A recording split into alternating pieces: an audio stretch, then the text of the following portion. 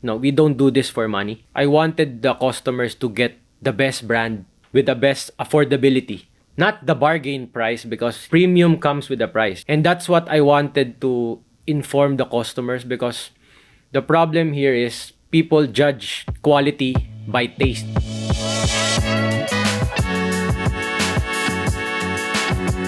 All right, so we're back with Whey King. This is not KG Talks. It's actually Whey King's podcast. So I'm joined this afternoon by Yes. two of the forerunners of, well, one from the Philippines and one from the US. Nigel from Whey King and Rich from Gaspari Nutrition. So Nigel, before anything else, when did Whey King start? We started when I was like third year high school, like I was telling them, and I can't remember. 17? Yes, somewhere like 17, 18. Yeah. The only place where you could buy supplements before back in the day is in Makati. Cash and carry. Cash and carry. It's a mall. It's like a PX good store. Yeah. Yeah. You can't really buy stuff. There's no Grab. There's no like same day delivery service. There's no any. It's more of like traditional one. You go to your car. You ride the jeepney. Then you go there. Then you buy some stuff there, and the choices are limited. It's very limited, and there's not much selection. Because my dad's friend is the distributor of. So he started consigning some stuff with me. Then I just sell it to my gym mates in Manila. So yeah. So Rich, you were saying you started Gaspari Nutrition because you wanted to give back. Like, I use supplements as a bodybuilder, and I wanted to be able to make a brand that was more comprehensive, that I can take the guesswork out of what to use. We talked about earlier. It's like, it's confusing when you have all these products. Like, what do I use? I mean, we talked earlier about, what are the most important supplements. I forgot to mention protein powder, because it's impossible to be able to eat, a chicken breast or a steak or eggs. But protein powder as long as it's a high quality protein powder, you're going to get that protein, and protein is one of the most important. If you want to bodybuild, you need to take in protein and a high amount of protein. So a high quality whey protein, or I sell an egg white protein.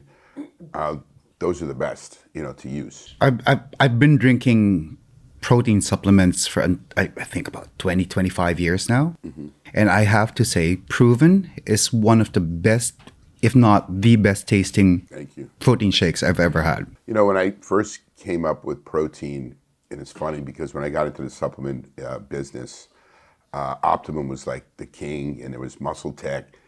And they all told me, like, you're going against these giants. You're not going to be able to compete with them when it came to protein. So I tasted the proteins then. This is going back into the late 90s, early 2000 when I started the brand. And I tasted protein. It just tasted like dirty water. It was like sweet, dirty water.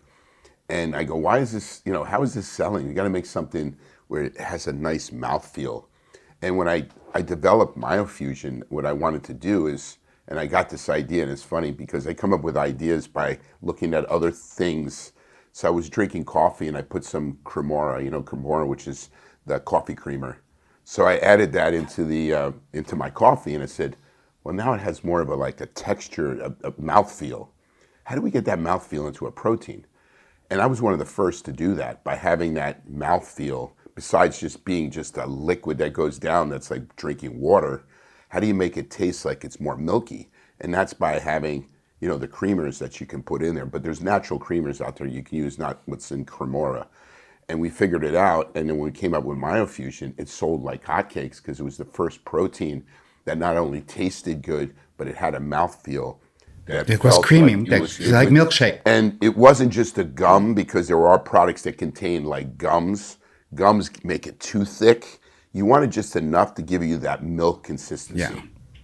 So going back to that time before Gaspari Nutrition started, were there any horror stories of supplements back in the days, back in the 80s? Well, the FDA wasn't as stringent as they are today.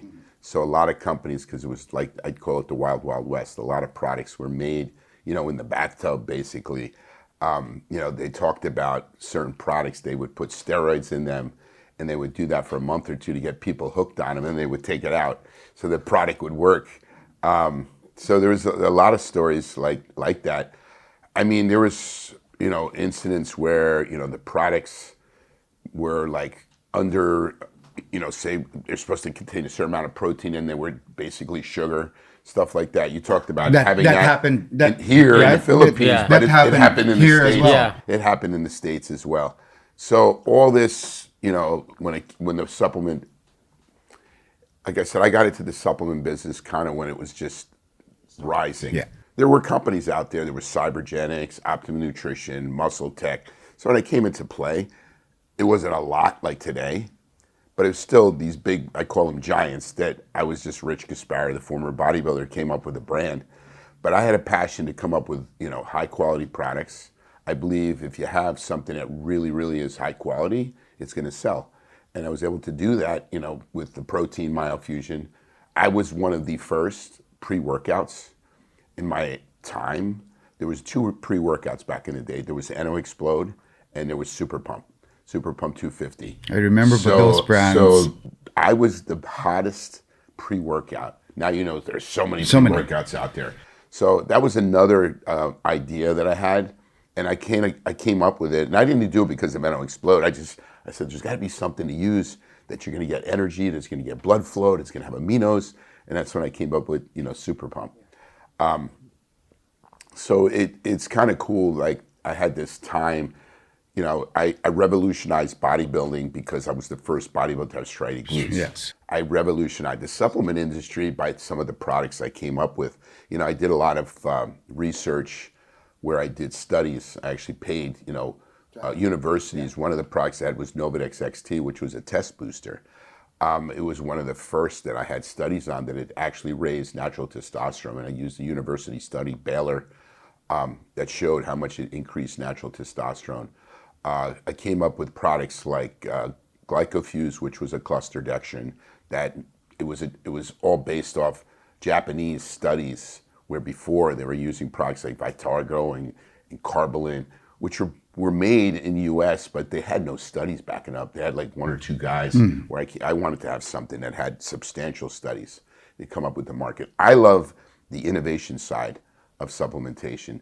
For me, that's what I want to do, something that while everyone's doing this, I did this. Yeah, because everybody does the same thing. They all Just do the same slap on their brand, label, yeah. and then it goes on the shelf. And I travel around the world, and one of the things that, that made my brand so big at the time was traveling the world, because I would talk to guys like Nigel to get ideas. Yeah. Because when you talk to a guy that's in the field, that's dealing with customers, they can actually give you ideas. So they're telling. So I'll go to Nigel first.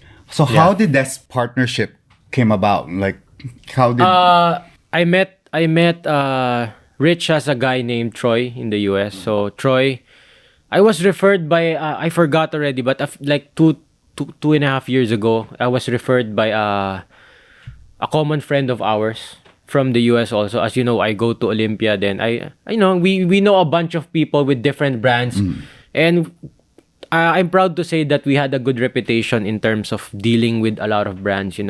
We work with them long term. I'm not really sure, but a girl from a brand referred me to Troy. Then Troy connected me to Rich, and yeah, the rest is like history. But to be honest, Gaspari has done several distributors already In Philippines. in Philippines. We were here Rich could way like back.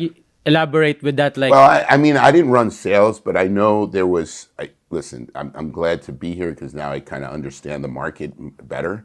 But before, we just gave it to some of the distributors that you compete with that I would meet through another distributor, as you know, the distributor I'm talking about. Yeah. It's an international distributor that would just say, "Oh, I have a customer in Philippines." It's like, okay, sell it to Philippines, because when you're in America, you don't know all the countries. And that's one thing I did differently when I started Gaspari. I did start traveling and meet face to face or go to the market in those, like I've been in Australia, New Zealand, Brazil, Europe. I did tours of stores in the UK and Germany and Italy, and you would see how the market is, so you would understand the market. And when you understand the market, then you could figure out strategies to make those markets grow. And one of the successes at Gaspari was our international sales. We were able to really grow on the international side with the brand, and that was big back in the day. And it's hard because a lot of times you're not home because you're out, traveling. I have guys now working for me that are going to do a lot of traveling that we know that we know of. What made you decide that you should go to the Philippines? I never thought about that question. At the same time, I was like, when Nigel told me Rich Gaspari is coming here, I'm like, what? Like, No, I mean, one of the reasons is I wanted to understand the market, and I've always I want to travel the world, and why not come to the Philippines? I wanted to come somewhere different. I've been to places like India. I want to go to places like Singapore, Thailand, because it's just, to me, Southeast Asia is an emerging market. And now, talking to you guys and seeing bodybuilding, it's growing even more. If you go back 20 years, it probably was much, much less. yes. So this is the time to come into this type of market because it's this emerging market and more supplements are being used. So why not be there and, have my brand highlighted? I believe in relationship building. So if you meet with the guy who's growing a market and you have a relationship, they're going to be your right hand to push the brand. They're your partner. So that's the reasons I travel. And every time we do travel to places, you're more successful in working a relationship. 9 times out of 10, it works out. There's sometimes it doesn't always work out.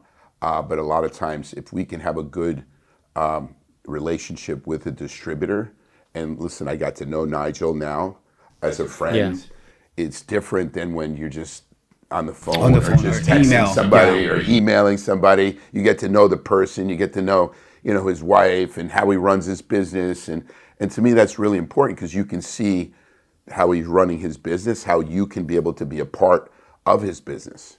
Yeah, because how long have we known each other? I think we've known each other for Yeah. like more than 5 years now. Yeah, I think so. And Nigel is one of the most passionate people. Like, just sitting And that's down. another reason I'm passionate and I see his I passion. know. I'm sitting down right now. This is the first time I'm talking to Rich, and the passion of Rich is just like, it's just filling the room. When he talks about supplements, it's just like your eyes light up, and it's like go time. It's like I'm sure I could talk to you the whole day about supplements, and you'll just like. No, I do love it. I don't do it for the money. Of course, you want to make money, but it's not just about the money. And it's now become one of the hardest industries, and I'm still in it. And I want to grow Gaspari continually. I've had the company's ups and downs, and we're on an upward growth again. So for me, it's so exciting because I've always been the underdog. Even in bodybuilding, I was the underdog. Being in the supplement business, I could be the underdog, and I'm always like, you know what? I'm going to come out, like a phoenix and rise back to the top. That's what I believe. As long as you have that passion, you're going to figure out how to grow your company. And having people, it's different from bodybuilding. You want to have the right people on your team as well. A lot of times in the mistakes I made with my companies, I had the wrong people on my team that were not helping the company. And as an owner, you can't know everything. You're not going to know everything. But you should do the things that you're best, and anything you're not good at, have people that can do those other to be able tasks. to delegate. Yes. Because I learned that the hard way as well. Because I used to do everything for my show. Yeah. The one that you saw yesterday. I used to run the lights, make the set list, the music and everything. Everything I would do. But at the end of the show, I'd be like dead tired. Nothing to give anymore. So and what you do is hard because being a promoter, it's probably one of the hardest. Listen, I've ran a show back in the States. I had the Gaspari Classic, and I ran it for about 5 years. And then it kind of like, shit, it's a lot of work. So many moving parts. And there's so many moving parts, and it's not easy. And it has to be something you love. It's not something like, I'm going to make a ton of money doing this. Yeah, and it's something like, my name is not on the list, and he's the next number coming up. It's like, what? You have to be on your toes and just like, okay, let's do this. But so Nigel, you've handled or Whey King has been Gaspari has been with Whey King for the last 3 years. 3 years, I think. Yeah. How has it been received in the Philippines? When I started working with any brand actually. I was telling Rich a few days ago that we don't really commit to a bigger sales volume. That's why, other, because if you put yourself in their shoes, Philippines is just like this. They have Dubai, they have, just to be real, there are other bigger markets, bigger countries that can, that's why, the interest for them to see the potential is you have to really show them. When I talked to Troy, Rich, a good friend also that works with him, I told him that we cannot commit to a bigger sales volume now, but we promise to take care of the brand long term. It's like we make it our baby, and then we started to grow. Obviously, along the way, the post pandemic, we had like protein surges, the prices, out of stocks with like back orders. They know that, like back order like several months. Has it stabilized? Protein has not stabilized. Protein, it's funny. The beginning of the year it went down, and then now it's shooting back up like a rocket ship. You know what surprised me when Rich and I were talking because we were always talking. Sam, who's not in here, but talks back here behind the camera. We were talking a lot about. I think we had the same passion for like, no, we don't do this for money. We do it because, I want, for me, on my end as a direct-to-consumer business, I wanted the customers to get the best brand with the best affordability. Not the bargain price, because premium comes with a price. High-quality products always come with a price. And that's what I wanted to inform the customers, because the problem here is people judge quality by taste, not by, Which is what happened 2 years ago when a local whey company, everybody was saying it's so cheap and it tastes so good. Of course, it's 30 grams of sugar. Wow. I work in the kitchen. I'm a chef by profession, and I always say, you want something to taste good, put sugar. anything. You put sugar and MSG. And everybody will enjoy it. So 30 grams of sugar and 3 grams of protein. Wow. That's why it's going to taste nice. Yeah, and the first person who told me that this product is like BS was TJ. TJ from ProSubs back then. He was like, if you divide the cost of the whey protein, the just WPC. So for who's listening, WPC is whey protein concentrate. Maybe like the lowest WPC, it doesn't make sense if you divide the cost to the price. Then they give shakers, they give free shipping, they give like whatever gift you can get. It's like if you're in my position, then you look at the numbers, it doesn't add up. So it's literally someone's cheating behind because people will be fooled if whey protein has a certain price. So as Nigel's saying, you can't sit there and bullshit. It's a commodity. Yeah, it's like gas. It's like gas. You see the price there. You can easily get the data with the gas. Then just put how many liters that you could fill it in. Then just you could compute it. Unless it's isolate or concentrate, there's a price point that it is. There's a market price for it. And there's you have to put flavor. You have to put sweetener. But then from there, there's still a price point that it has to be the can, the label. So if it's so cheap, that. But don't get me wrong. I love local products.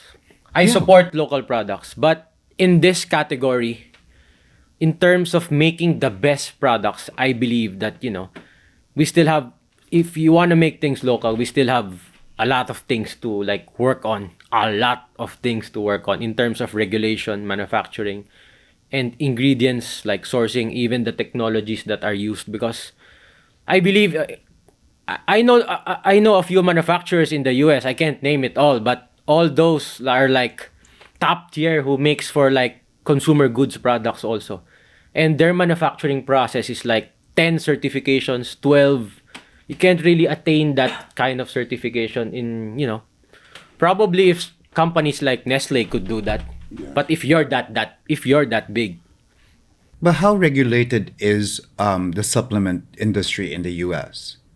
with the FDA? I mean, you do have the FDA that does inspections. Yeah. You have to have good manufacturing practices. Do they like constantly monitor you? No, but you have chances of getting yourself, if you're doing something wrong, it's funny. It's we police ourselves. So if you're doing something wrong, a competitor will actually, call the FDA on you.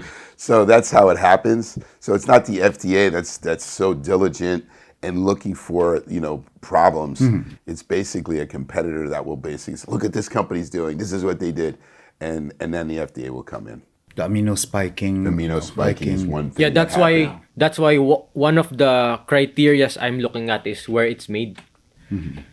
And the manufacturer I have to know, because I always talk to them, I've been in the industry for a few years, so I know the good manufacturers and the best manufacturers who create the best products. Obviously formulations can be different. Some other can use like high ice hydrolyzed, the other one can use like concentrate or blends.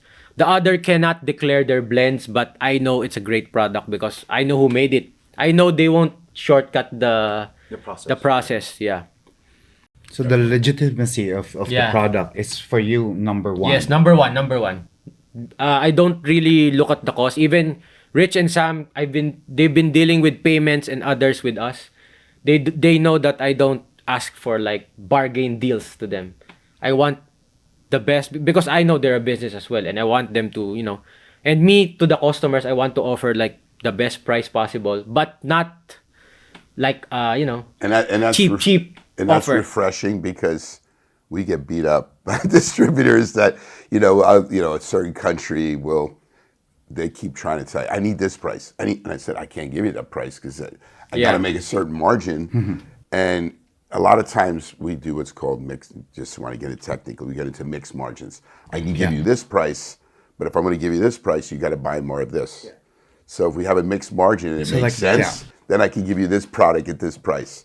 And I've done that, with customers. But a lot of times you just have somebody that just beats you up on all the products, and then it's really hard because if you're not making money, how are you going to be able to do anything? So it's refreshing for Nigel to say, like, he doesn't want to beat up, the brands, although he's taking charge of this territory and he's growing. So a lot of people come to him, a lot of brands come to him and they want to be with him.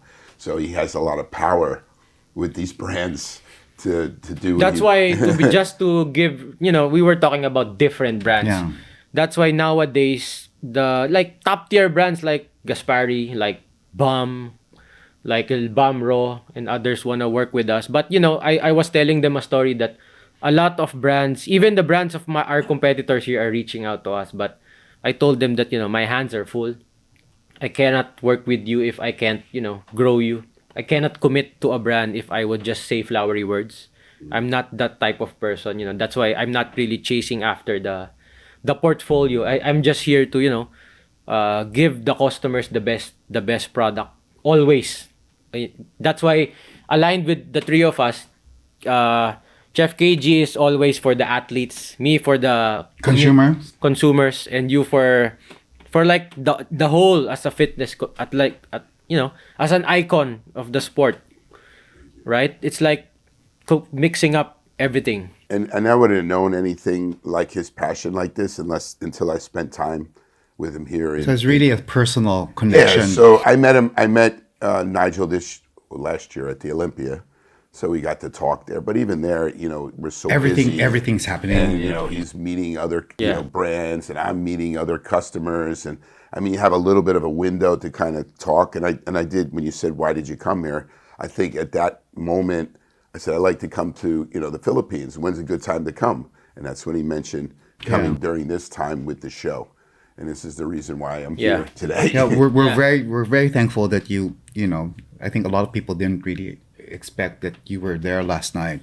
And when the athletes, I told the athletes before, because we didn't really announce it, and then during the briefing, and I said, you better all be in good shape because the conditioning king is coming tomorrow and watching the show. And they said, who? And I said, Rich Gaspari. Who else? And they were like, all of them are like, are you sure? And I said, yeah. So thank you for coming last night. So going back, it's like, let's tie this all up. Legitimacy for you, and then of course giving the customers what the best product and the best price. Yes. And for Rich is really just giving no more guessings for It's like I talked about. I made the brand to take out all the guesswork. guesswork. And we have a wide range of products. I mean, we do have sports nutrition products, but I have health products. Yeah, so it's not just bodybuilders. No, it's for everyone. Listen, I have a omega, one of the best omegas with EPA and DHA, one of the best fish oils that we sell.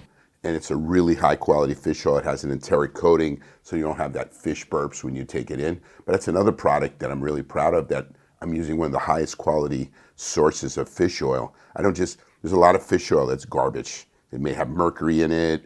This is a high quality fish oil that I sell. It has nothing to do with bodybuilding. It's just a health product. And being older, we talked about products that are important, like probiotics. I have a product called Proven Digestion. I have a product called Proven Gut. I have a product called Proven Fiber, because all those products are important, but they're more health driven. You don't have to be a bodybuilder.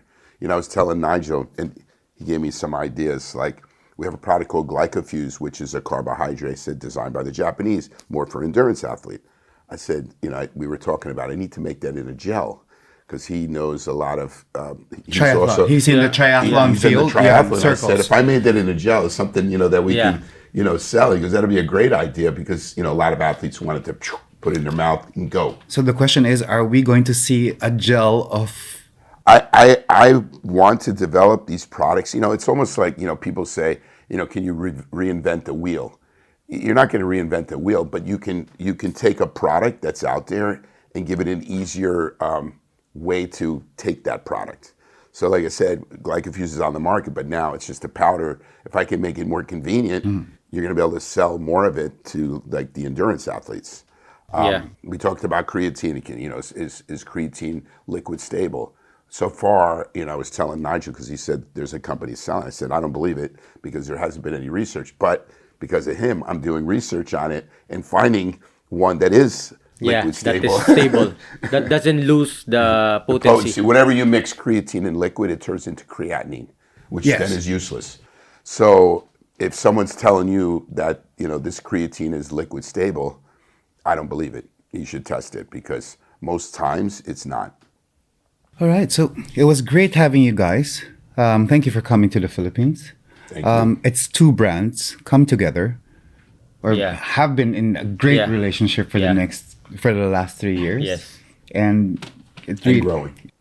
And growing. And for me, it's not because you're here today, Rich, but it's really is my favorite brand amongst what Nigel is carrying. I think most of the athletes in our team also uses that.